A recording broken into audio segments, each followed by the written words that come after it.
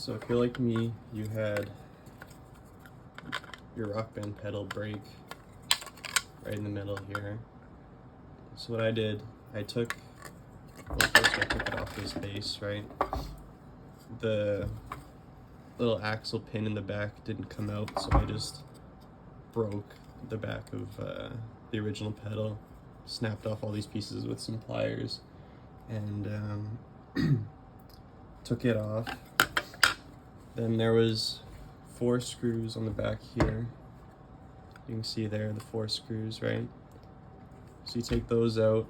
There are these rubber bumpers too, which I've now put on the new one. So the rubber bumpers used to go here. I pulled those off with pliers too, because it doesn't really matter if they're glued in.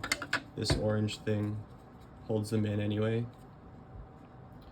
So you pull those off, the spring as well. Take out. And then you just take everything off of this one. The magnet here too, there's a magnet that sits in here, so you take that out, make sure you keep the same direction, and then you just assemble it all back onto this new one. So I printed this one out. I did 2 colors, you obviously don't have to do that. And then this orange piece too, it slides out of here, and then it just slots into the new one. So then you just put this new pedal back in the same way. I thought it was easiest to attach all this orange plate stuff, so screw in each screw, make sure these are in place and whatever else, and your magnet is in the right direction here.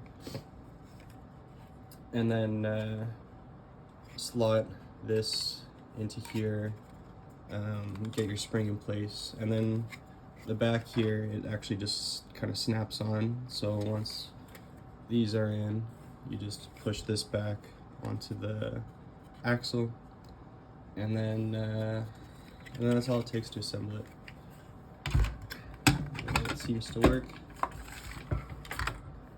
and then I hope that'll be stronger. And I made these ribs here vertical instead of all diagonal like the original one, because yeah, like you can tell exactly where this broke was where the diagonals kind of crossed each other, right? So there's no support right at this exact line.